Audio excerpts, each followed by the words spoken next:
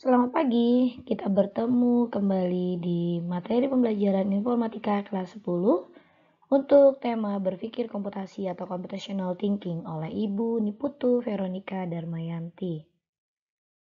Kali ini kita akan masuk kepada pencapaian pembelajaran yaitu menerapkan strategi algoritmik standar pada kehidupan sehari-hari maupun implementasinya dalam sistem komputer untuk menghasilkan beberapa solusi persoalan dengan data diskrit bervolume besar.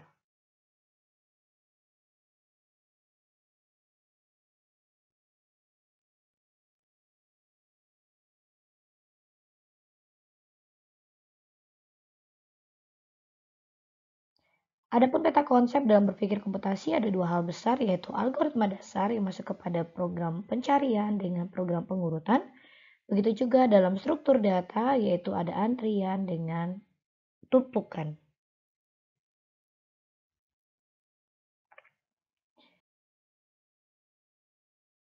Perhatikan permasalahan yang ada pada gambar. Pernahkah kalian melihat atau merapikan buku dalam tumpukan buku? Ya, kalau seandainya kita akan mengambil buku pada bagian bawah, apa yang akan kalian lakukan? Ada yang melakukan dengan mengambil tumpukan sebanyak yang ia kuat dari atas sampai bagian yang akan dia ambil. Ada juga yang mengambilnya per bagian, satu persatu diturunkan. Namun ternyata ada juga yang mengambilnya dengan menahan buku pada bagian atas langsung menarik pada bagian tengah. Wow, ternyata dengan satu permasalahan buku saja ada banyak solusi yang ditawarkan ya. Kemudian bagaimana dengan kemacetan di jalan? Nah, kalau ini siapa yang pernah mengalami ya? Kalau kemacetan di jalan, pasti ada banyak solusinya. Pak Polisi misalnya banyak sekali menemukan solusi dalam hal kemacetan. Ada yang mulai menahannya dengan membuat aturan jalan sesuai dengan genap ganjil. Ini biasanya berlaku di Jakarta ya. Ada juga yang Pak Polisi membantu dengan menutup satu bagian jalan yang dianggap macet, kemudian mencari tempat yang lainnya. Ada juga yang menggunakan jalan putar balik.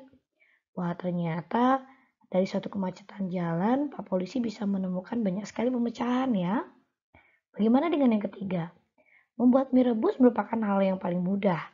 Bagi kalian kalau ingin cepat, biasanya mie rebus hanya menggunakan air, merebus air kemudian memasukkannya. Tapi bagaimana dengan tim yang suka dengan telur dan sayur? Nah, ini pasti banyak banget yang menggunakan cara yang berbeda dalam merebus mie. Ada yang airnya langsung dituang, ada juga yang airnya langsung digunakan. Atau ada juga tim yang memasukkan telur di bagian akhir mie atau di bagian awal mie. Tergantung mereka menyukai mie dengan telur setengah matang atau mie yang dengan telur matang ya. Ternyata ketiga hal ini dari permasalahan yang ada kita menemukan banyak sekali solusi.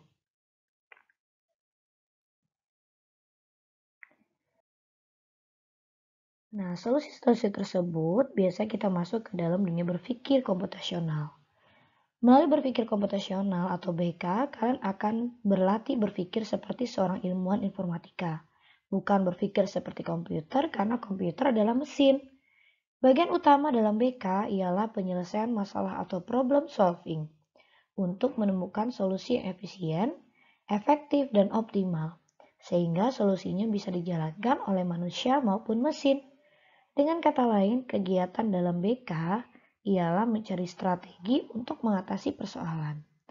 Persoalan apa yang akan diselesaikan? Sebetulnya hampir semua persoalan sehari-hari mengandung konsep komputasi sehingga bisa diselesaikan dengan bantuan mesin komputer.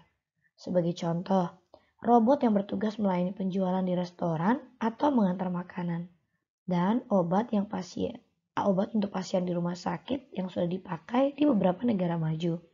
Sistem komputer memantau perkebunan sawit yang siap panen dan sebagainya. Begitu juga dengan sistem drone. Drone juga sangat membantu di wilayah pertanian, salah satunya menyebar pupuk.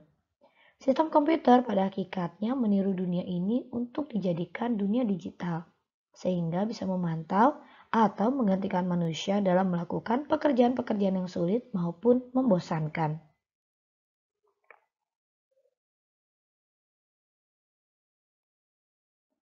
Berpikir komputasi atau computational thinking merupakan konsep berpikir mengidentifikasi sebuah masalah, memahami, mengembangkan metode untuk menemukan solusi inovatif. CT atau Computational Thinking memang memiliki peran penting dalam pengembangan aplikasi komputer. Namun, CT juga dapat digunakan untuk mendukung pemecahan masalah di semua disiplin ilmu, termasuk humaniora, matematika, dan ilmu pengetahuan. Istilah CT pertama kali dikenalkan oleh Seymour Papert pada tahun 1980 dan 1996. Pada tahun 2014, pemerintah Inggris memasukkan materi pemrograman ke dalam kurikulum sekolah dasar dan menengah. Tujuannya bukan untuk mencetak pekerja software atau programmer secara masif, tetapi untuk mengenalkan CT sejak dini kepada siswa. Beberapa karakteristik berpikir komputasi. Yang pertama, mampu mengorganisasikan dan menganalisa data. Mampu melakukan otomatisasi solusi melalui cara berpikir algoritma. Mampu melakukan generalisasi solusi. Mampu melakukan identifikasi, analisa, dan implementasi solusi. Mampu melakukan representasi data melalui abstraksi dengan suatu model atau simulasi. Dan mampu memberikan pemecahan masalah menggunakan komputer atau perangkat lain.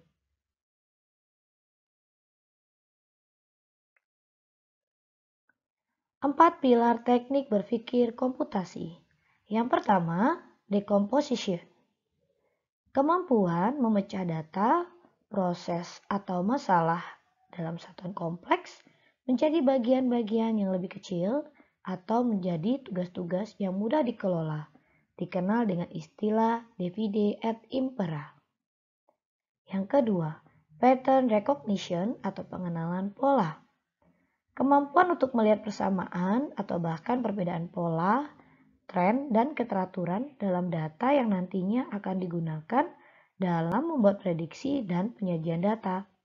Pola dapat muncul dalam bentuk perilaku, bahan, suara, gerakan, pertambahan, warna, gejala alam, angka, dan sebagainya.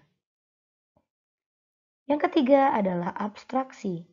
Melakukan generalisasi dan mengidentifikasi prinsip-prinsip umum yang menghasilkan pola, tren, dan keteraturan.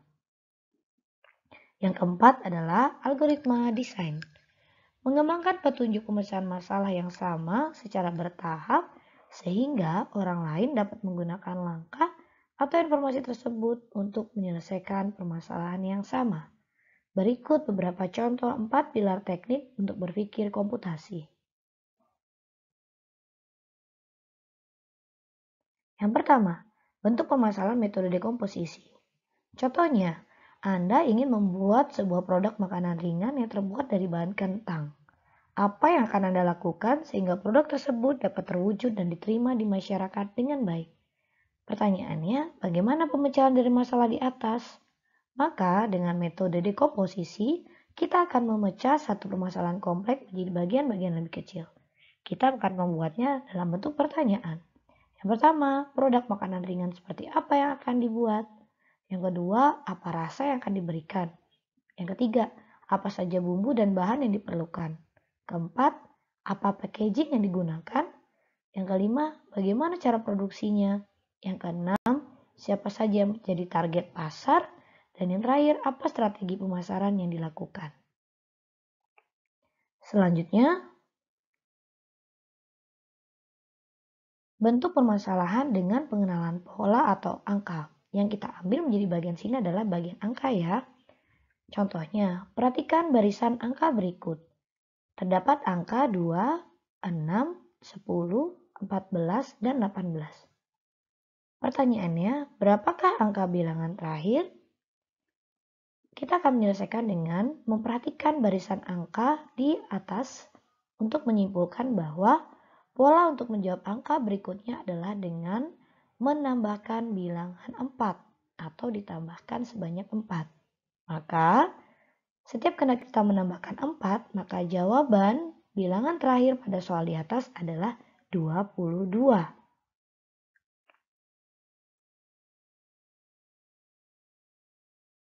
Selanjutnya, bentuk permasalahan dengan teknik abstraksi. Contoh yang pertama, contoh dari proses abstraksi ini adalah ketika ingin mengenali seekor anjing.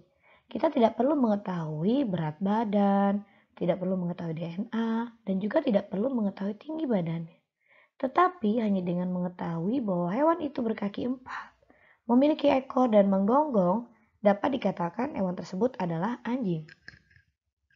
Contoh kedua, contoh lain adalah ketika akan membeli sebuah pakaian yang perlu kita perhatikan hanyalah bagaimana model, apa warna, dan apa bahan. Kita jarang sekali memperhatikan detail-detail kecil seperti pola menjahit pakaian tersebut dan motif dari kancingnya. Nah, itulah yang dinamakan sebuah abstraksi. Kita mengambil bagian-bagian yang penting di dalam permasalahan kompleks. Selanjutnya, bentuk permasalahan dengan algoritma. Ingat, algoritma adalah langkah-langkah yang terstruktur dituliskan secara sistematis untuk mencapai suatu tujuan atau solusi. Pertanyaannya, bagaimanakah cara membuat sebuah kopi saset? Maka dengan metode algoritma, kita akan menyelesaikan dengan yang pertama, siapkan kopi saset. Yang kedua, siapkan gelas. Yang ketiga, buka kopi saset. Yang keempat, tuang dalam gelas. Yang kelima, tuang air panas. Keenam, aduk. Dan terakhir, sajikan. Mudah bukan? Baik, untuk tugas selanjutnya, coba kalian buatkan. Jelaskan penggunaan pengenalan pola yang banyak digunakan dalam bidang medis. Yang kedua, coba jelaskan langkah-langkah dekomposisi untuk merencanakan liburan wisata pada kelas Anda. Selamat mencoba.